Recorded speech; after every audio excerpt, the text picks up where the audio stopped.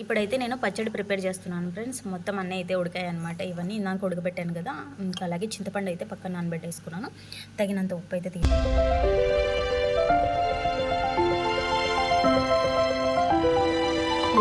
Hello friends, welcome back to my channel. ఈరోజు వచ్చేసి నేను పులగం చేస్తున్నాను. దాంట్లోకి వచ్చేసి శనక్కాయ చట్నీ అనమాట. సో ప్రాసెస్ ఇంకా లేట్ లేకుండా స్టార్ట్ చేద్దామా. ఫస్ట్ అయితే నేను పెసరపప్పు అయితే తీసుకున్నాను. కప్పుకి ఇంకా కొంచెం తక్కువగానే తీసుకున్నాను. సో ఇందులోకి అయితే వాటర్ వేసేసి ఒక 20 లేదా ఒక హాఫ్ అన్ అవర్ బాగా నానబెట్టుకోవాలన్నమాట. ఈ పెసరపప్పులో చిన్న చిన్న రాళ్ళు అనేవి వస్తాయి. అవన్నీ నేను ఏరి తర్వాతనే ఇప్పుడైతే నేను చేస్తున్నాను అనమాట. డైరెక్ట్ తెచ్చిన వెంటనే అలా వేసుకోకూడదు, రాళ్ళు అనేవి ఎక్కువ ఉంటాయి.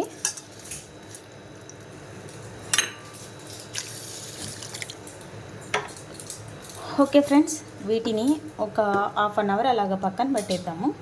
ఈలోపు చట్నీకి అయితే ప్రిపేర్ చేసేసుకుంటాను. పెసరపప్పు నానబెట్టి హాఫ్ అన్ అవర్ పైన అయింది ఫ్రెండ్స్. ప్రజెంట్ అయితే ఈ విధంగా ఉందన్నమాట. ఇంకా నేనైతే క్లీన్ చేయలేదు. సో ఈ మిరపకాయలు వచ్చేసి చట్నీలోకి, అలాగే టమోటాలు, ఇంకా ఆనియన్ కూడా. అయితే ఈరోజు ఈ పులగం అనేది నేను తిరగబాత పెట్టి పులగం అయితే చేస్తున్నాను అనమాట. అలా చేస్తే టేస్ట్ అనేది చాలా బాగుంటుంది. ఇంకా ఇవన్నీ అయితే కట్ చేయాలి. ఇంకా మిరపకాయలు అనేది కొన్ని ఎక్కువ తీసుకున్నాను, ఎందుకంటే ఇప్పుడు ఈ మిరపకాయలు కారం లేవన్నమాట. కారం ఉన్నప్పుడు కొన్ని తక్కువే వేస్తాను.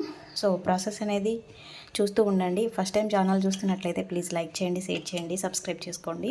వీడియో ఎలా అనిపించిందో చివరిలో ఒక కామెంట్ అయితే చేయండి. ఓకేనా ఫ్రెండ్స్. ఇప్పుడైతే రైస్ పెడుతున్నాను అనమాట. పెసరపప్పు వచ్చేసి మేము రెగ్యులర్గా రైస్ పెడతాను కదా నేను, అయితే ఈ రైస్ కుక్కర్కి వచ్చిన కప్పుతో 2 కప్స్ వేస్తాను.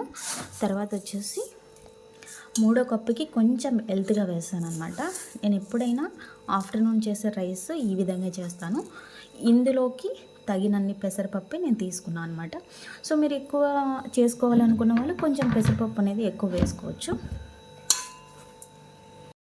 ఫస్ట్ అయితే ఈ రైస్లో వాటర్ వేసాను ఫ్రెండ్స్. ఇదైతే ఫస్ట్ కడిగేసి ఈ వాటర్ అనేది పడేసుకోవాలి. తర్వాత ఇప్పుడు నేను 2.5 కొంచెం ఎక్స్ట్రానే రైస్ అయితే పెట్టాను కదా, దానికి తగినన్ని వాటర్ అయితే వేసుకోవాలి.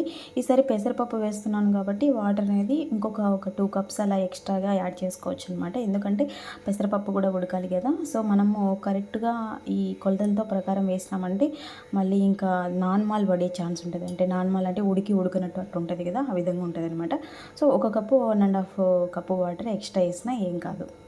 ఇప్పుడు రైస్ని అయితే ఇందులోకి చేంజ్ చేసేసాను ఫ్రెండ్స్. ఎందుకంటే తిరగవాత పెట్టి చేసే పులగం కాబట్టి ఫస్ట్ వచ్చేసి ఇంకా ఈ విధంగా పోపు అంతా మొత్తం అంతా రెడీ చేసి పెట్టుకున్నాను. ఏం లేదు, మనం కర్రీలకి ఏ విధంగా అయితే అన్నీ కట్ చేసుకుంటామో, అంటే ఒక టమాటో ఒకటి యాడ్ చేశాను అనమాట, పచ్చిమిర్చి, అలాగే కరివేపాకు, ఆనియన్స్, ఇంకా ఈ పోపు దినుసులు లైట్గా వేసాను. సో ఇప్పుడు వచ్చేసి ఇక్కడ నేను రైస్ కుక్కర్లోనూ డైరెక్ట్గా ఆయిల్ అయితే పోసి పెట్టాను అనమాట.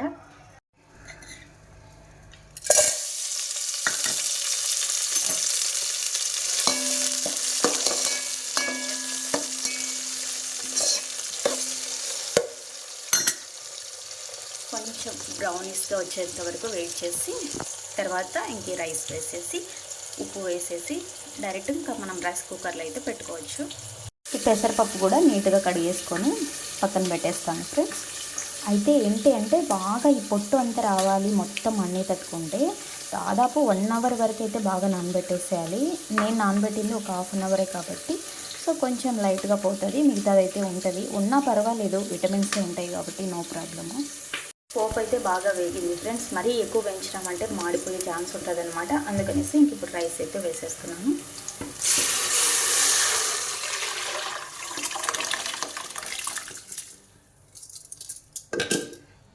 ఇందులోనే ఇందాక కడిగి పెట్టాను కదా పెసరపప్పు అనేది, ఇది కూడా యాడ్ చేసేస్తున్నాను అనమాట ఒకేసారి.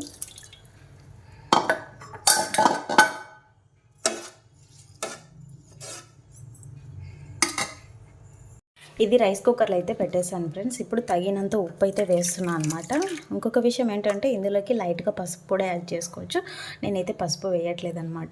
సో ఇంక ఇప్పుడు నేను రైస్ కుక్కర్లో అయితే పెట్టేస్తున్నాను. ఒక 20 మినిట్స్లో ఇంకా ఇది కూడా రైస్ అయితే రెడీ అయిపోతుంది. చాలా సింపుల్ ప్రాసెస్. ఈ విధంగా చేశారంటే పులగం అనేది చాలా టేస్టీగా ఉంటుంది. డైరెక్ట్ పెసరపప్పు వేసి చేసేదానికన్నా ఈ విధంగా చేసుకుంటే కొంచెం ఎప్పుడు తినని వాళ్ళు కూడా ఇష్టంగా తింటారు.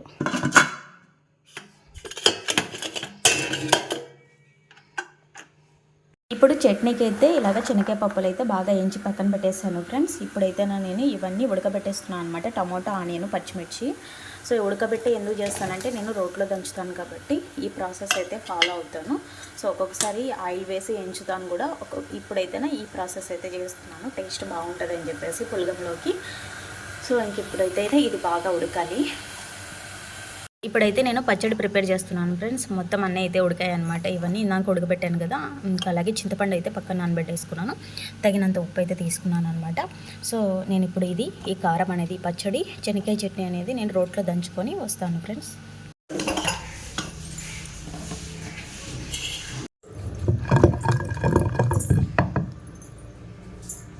చట్నీ అయితే రెడీ అయిపోయింది ఫ్రెండ్స్. ఇప్పుడు ఇంకా పులగం కూడా రెడీ అయిందనమాట. ఫైనల్గా అయితే చూసారు కదా, ఈ విధంగా అయితే వచ్చేసింది. ఇది చాలా టేస్టీగా ఉంటుంది. ఇంకా ఈ చట్నీ లేక కూడా చాలా బాగుంటుంది అనమాట. తింటే ఈ చట్నీ వేసుకొని తింటే చాలా టేస్టీగా ఉంటుంది. సో ఎవరైనా కానీ ఫస్ట్ టైం చేయాలి అనుకుంటే పులగం అనేది ఈ విధంగా ట్రై చేయండి, చాలా బాగుంటుంది ఫ్రెండ్స్. వీడియో నచ్చితే లైక్ చేసి ప్లీజ్ సబ్స్క్రైబ్.